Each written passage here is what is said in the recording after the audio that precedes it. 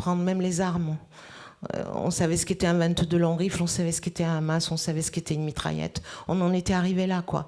C'est-à-dire que, je dis souvent, on est dans un pays en paix et nous, on vivait en guerre. La marche, c'est un collectif, c'est une épopée, c'est un engagement. En France, ces dernières années, les crimes et délits racistes, xénophobes ou anti-religieux ont augmenté. Ce sont encore des chiffres du ministère de l'Intérieur.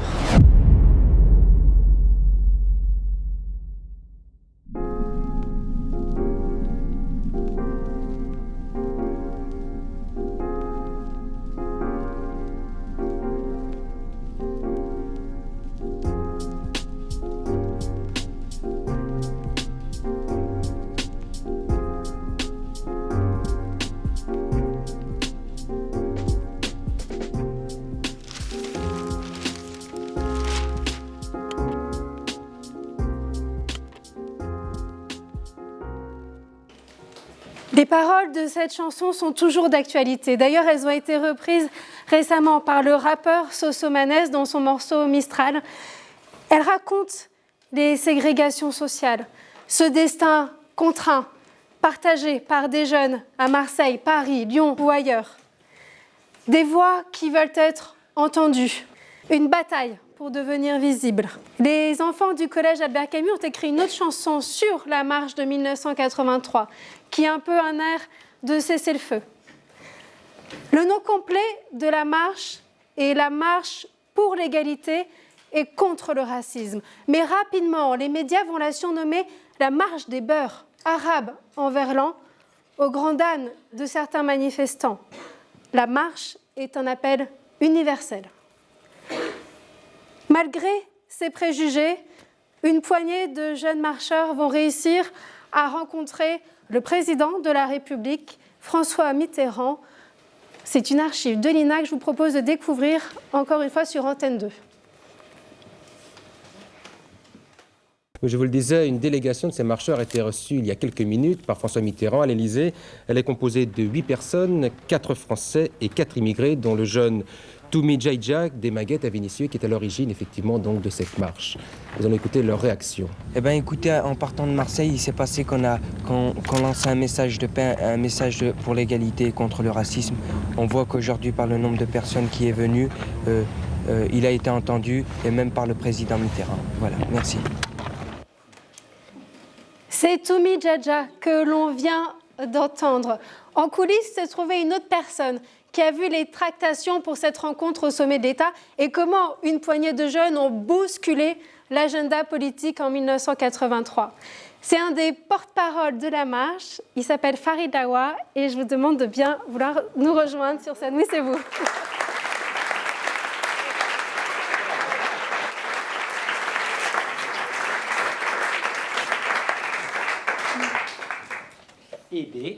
Bonsoir. Bonsoir Farid Lawa. Merci d'être venu. Je sais que vous avez fait le déplacement depuis Lyon. Merci d'être là ce soir, c'est important. J'avais pas mal de questions à vous poser, mais je vais vous présenter. Moi, j'ai juste un petit détail. Le journaliste, il n'a pas lu ses avis. Ils étaient tous français, hein, ceux qui ont été reçus par Mitterrand. Hein. Juste, je vous dis ça comme ça au passage. C'était pas des immigrés. C'est tout l'enjeu, justement, effectivement.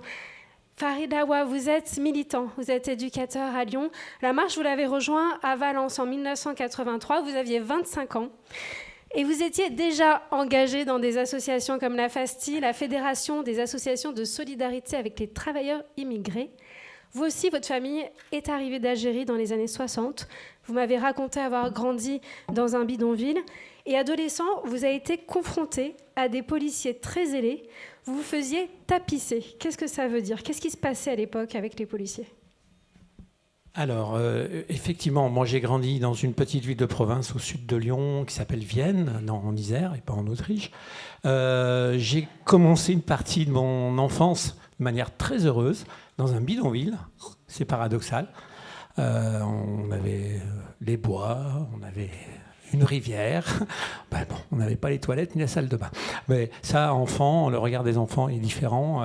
Et en 1970, on a rejoint une cité HLM, flambant neuf, Grand Estresin, donc à l'entrée nord de Vienne.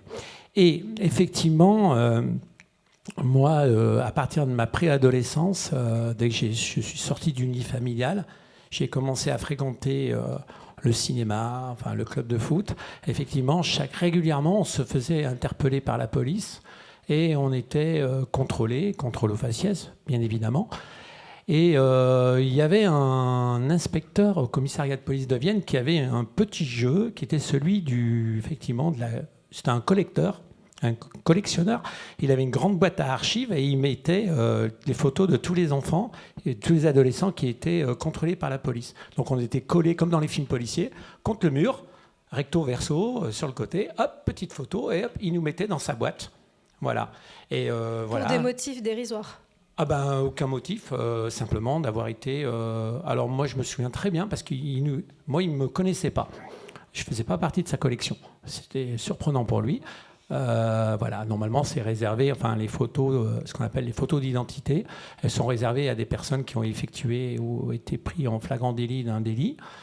Voilà, mais lui, il faisait une collection, voilà, c'était un ancien, un rapatrié d'Algérie. Et là, je reviens à des choses beaucoup plus sérieuses.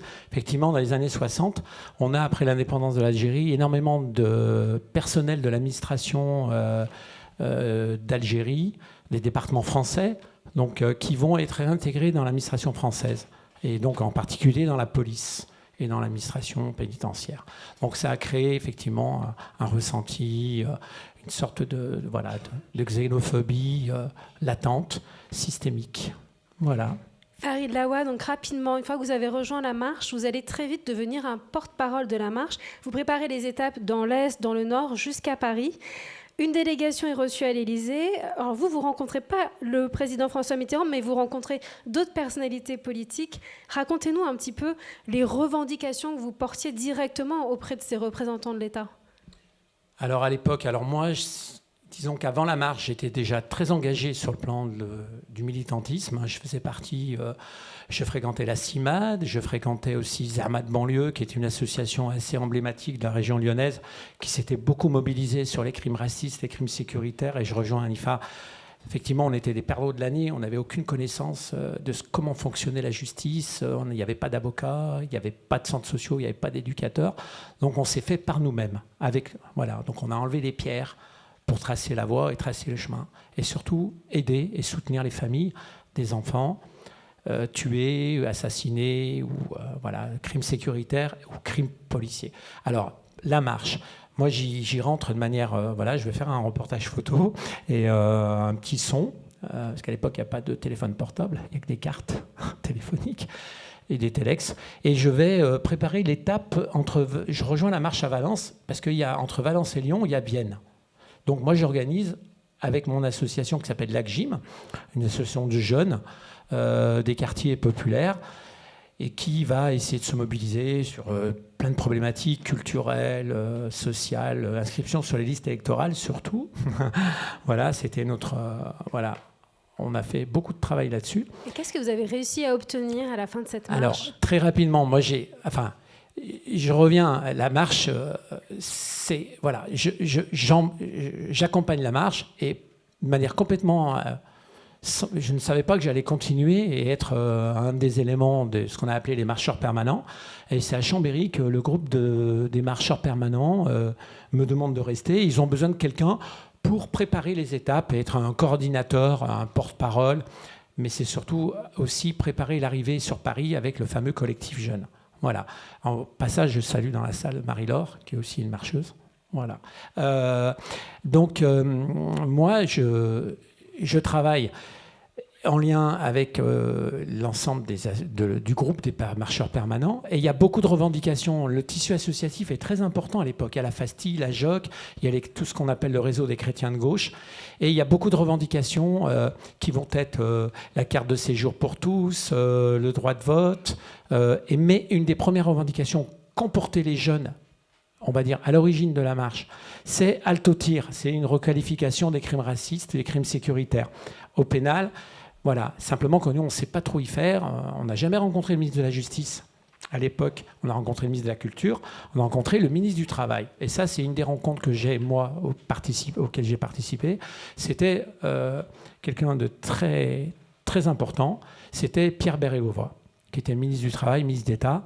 Et c'est lui qui a un petit peu orchestré, avec Georgina Dufoy et les services de l'Élysée, la faisabilité de la carte de séjour pour tous, sachant qu'elle ne concernait absolument pas les jeunes franco-maghrébins qui étaient dans la marche, qui avaient la double nationalité en tant qu'Algériens, par exemple, mais il y avait des Tunisiens, et que la marche n'était pas composée que de jeunes, et la marche n'était pas composée que d'hommes, il y avait beaucoup de femmes, et la marche n'était pas composée que de gens d'origine maghrébine, et elle était très hétéroclite. Là, voilà, je tiens quand même à le préciser.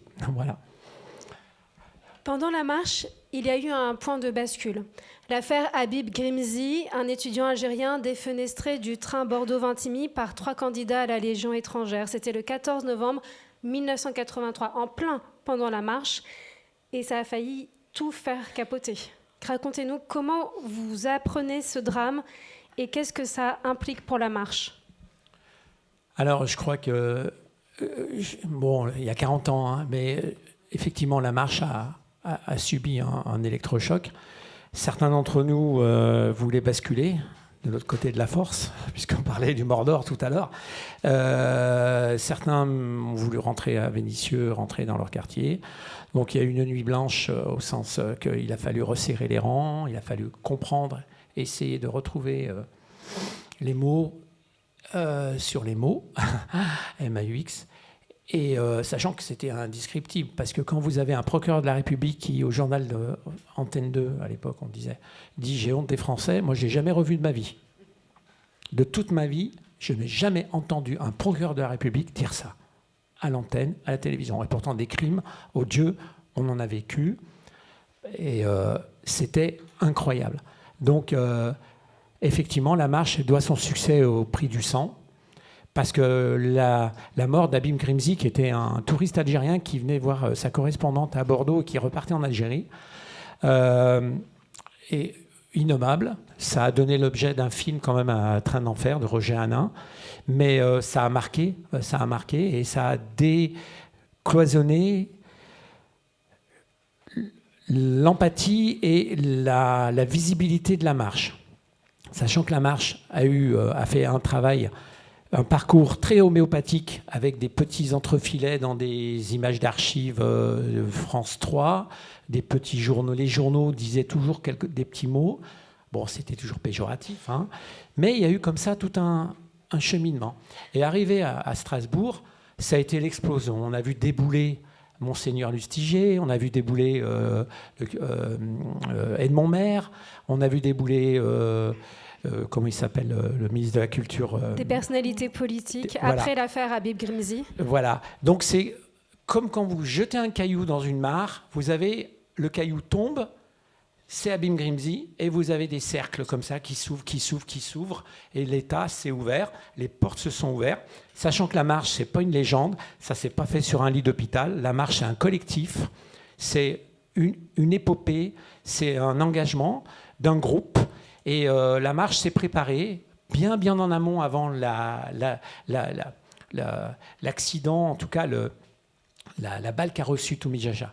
Bon, Mitterrand vient aux Minguettes en mars 1983. Les quelques marcheurs, dont Jamel Attala, vont au plateau du Larzac. Il y a 200 000 personnes en 1983. Donc je peux vous dire que la jauge y était. Enfin, et que la marche s'est faite et s'est construite à travers la volonté et l'implication de 2 personnes. Un est pasteur, Jean Costil, pragmatique, très organisé, méthodique, et Christian Delorme, un rêveur, un planeur, voilà, qui avait été marqué par la visite de Martin Luther King à Lyon dans les années 60. Donc le cocktail, la mayonnaise prend, et l'engagement d'un groupe de jeunes et d'autres personnes qu'on a appelées les marcheurs permanents, dont j'ai fait partie. 40 ans après, est-ce que la mort de Naël par un policier et les mouvements de révolte ont donné un nouveau élan, un élan différent à cette célébration de la marche de 1983. Vous, comment vous l'avez su? Vous étiez où? Comment vous avez réagi quand vous avez su pour le décès de Naël en juin 2023? On était en pleine préparation de ce que notre collectif a essayé d'organiser. Alors, moi, j'ai accepté de remettre une pièce, parce que vous savez, on est venu chercher pour les 10 ans, on est venu chercher pour les 20 ans, on est venu chercher pour les 30 ans, et on vient nous chercher pour les 40 ans. Et franchement, comme on dit en arabe, belek, la prochaine fois, c'est à l'EHPAD. Il faudra nous... On commence un petit peu... Sachant que pour la plupart d'entre nous, c'est une charge mentale et une charge émotionnelle terrible, parce qu'elle est... Voilà, elle fait appel à... Enfin, et moi, j'ai accepté pour 3 raisons. La transmission, la mémoire et l'histoire. Parce que je pense qu'à l'âge que j'ai aujourd'hui, c'est notre devoir de dire les choses, de les raconter, mais de faire en sorte que des plus jeunes que nous, et Samir est là, puissent écrire, rédiger, transmettre. Et le fil rouge de tout ça, pour moi, ça a été aussi où en est-on dans l'engagement. Quel est le projet d'espérance pour notre jeunesse, pour nos enfants? Moi, j'en ai un dans la salle.